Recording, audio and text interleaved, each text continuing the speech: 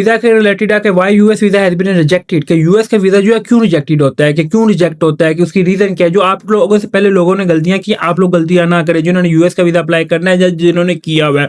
First thing कि US visa refuse होने की सबसे बड़ी रीजन क्या है कि you will not attend appointment on time. कि आप लोग जो आप लोगों ने प्लान दिया होता है, आप लोगों का प्लान है जी हैप्पी न्यू ईयर का, अपॉइंटमेंट टेंड हो रही है जी फेब में, वो आप लोगों से ये नहीं कहते कि आप लोगों का जो प्लान गुजर गया, वो आपसे 2 से 3 क्वेश्चन करते देन आपको सॉरी का आंसर दे देते हैं। ये एक फर्स्ट थिंग इस ये रीजन होती है। दूसरी चीज क्या होती है कि you will not fill form properly, के DS 160 का जो फॉर्म होता है आप लोग प्रॉपर्ली जो है फिल नहीं करती। ये आपको 5 से 6 चीजें जो है मैं आपको स्टेप बाय स्टेप लिख के बता रहा हूँ, अगर आप लोग इनको इंप्लीमेंट कर लेते हैं, it's mean I hope you will get 100% US visa without any refusal, which thing I will discuss in this video. First thing, you will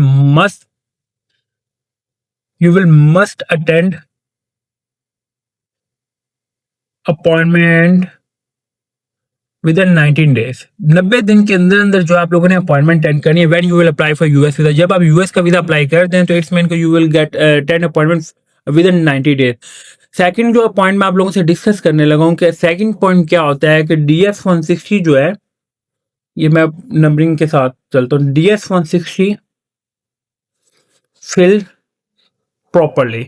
अगर आप DS 160 के अंदर you will enter specific plan, you will enter education detail, you will enter previous job detail, you will enter travel history, you will enter properly wording, professionally wording. अगर मैं जिसे कहूँ कि अगर प्रोफेशनली वर्डिंग आप use करते हैं DS 160 के अंदर कि आप लोगों की जॉब डिस्क्रिप्शन के अंदर, इट्स मीन कि you will get 100% US visa.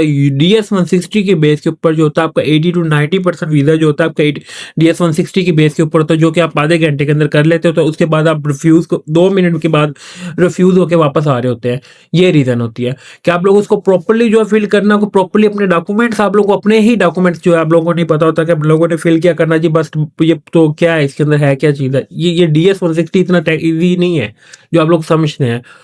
जो अपनी साइंस लड़ाते हैं तो फिर ये उनका आंसर जो है यही होता है। कि अब मैं अगर बात करूं इस वीक के अंदर, कि इस वीक के अंदर जो मोस्टली 90% लोगों को जो वीजा रिफ्यूज हुआ वो इसी वजह से फिल हुआ है, रिफ्यूज हुआ है। उनका DS 160 जो है रॉन्ग फिल है, उनको प्रॉपर्ली फिल करना ही नहीं आता जी। किसी एजेंट ने मैं किसी का नाम नहीं ले रहा, लाहौर और कराची और इस्लामाबाद के कुछ ऐसे एजेंट्स हैं जिनसे उन्होंने फॉर्म फिल करवाए हैं। मेक श्योर करें कि चीज़ें खुद करें। आई विल नॉट कंसर्न कि मेरा ये कंसर्न नहीं है कि आप किसी एजेंट से करवाएं या आप किसी कंसल्टेंट से करवाएं। मेरे चैनल का मोटिव ही ये होता है कि आप लोग चीज़ें खुद करें। बट इन केस आपको चीज़ें समझ नहीं आती तो फिर अपनी साइंस भी ना लड़ाएं। फिर अपनी साइंस लड़ाते हैं तो फिर रिफ्यूजल लेते हैं। फिर कोई ऐसे एजेंट को या कंसल्टेंट को जो है आप लोग ऐसे कंसल्टेंट को हायर ना करें जो प्रोफेशनली नहीं है। अब मेक श्योर करें बेशक वकील हायर करें। ये आप लोगों का वीजा रिफ्यूज हो जाए तो ये रिफ्यूजल नहीं है, ये आप लोगों के पासपोर्ट की वीक, ये पासपोर्ट आप लोगों का वीक भी होता है। ये चीज़ आप लोगों को बार बार समझाने का मकसद ये होता है कि किसी भी एजेंट या कंसल्टेंट को सिलेक्ट करने से पहले जो है ये चीज़ें देख लें कि वो प्रोफेशनली तौर पे फिल कर रहा है कि नहीं। प्रोफेशनल एजेंट और कंसल्टेंट वो होता है कि जो 2 से 3 दिन आप लोगों का केस रीड करने में ले जाता है। ऐसा नहीं है कि आधे सुबह फॉर्म भेजा, सुबह डिटेल्स भेजी, शाम को आपका फॉर्म आ रहा है। ये होती है जल्दबाजी।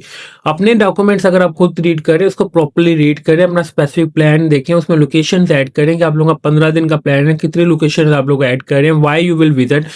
थर्ड अगर मैं बात करूं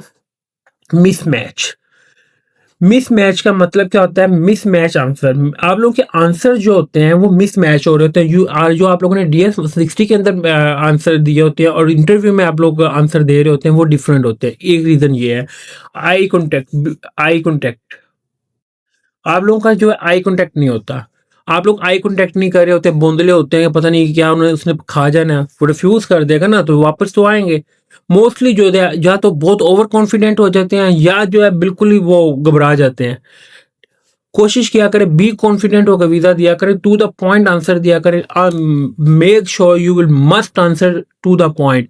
what is purpose to go for USA? I will go for tourism purpose. Why? Which place you will visit? I will visit for statue of liberty. ये आपका and you will enter which place you have enter in DS 160।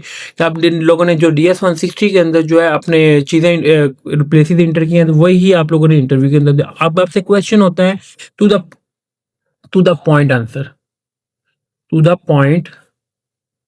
answer ये चीज़ें वो हैं जो आप लोग खुद कर सकते हैं। ये ऐसी कोई चीज़ नहीं है जो आप लोग खुद नहीं कर सकते, बट अगर समझ ना आए तो फिर साइंस ना लड़ाएँ।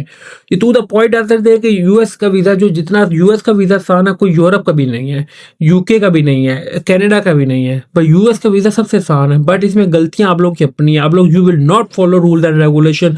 आप चीज़ों को समझते ही नहीं हैं। समझ के करें, यू विल गेट 100% वीज़ा। ये जो चीज़ें आपको मैं बता रहा हूँ, इसको इम्प्लीमेंट करके देख लें और आपकी स्टेटमेंट में जो 1 रुपया भी ना हो।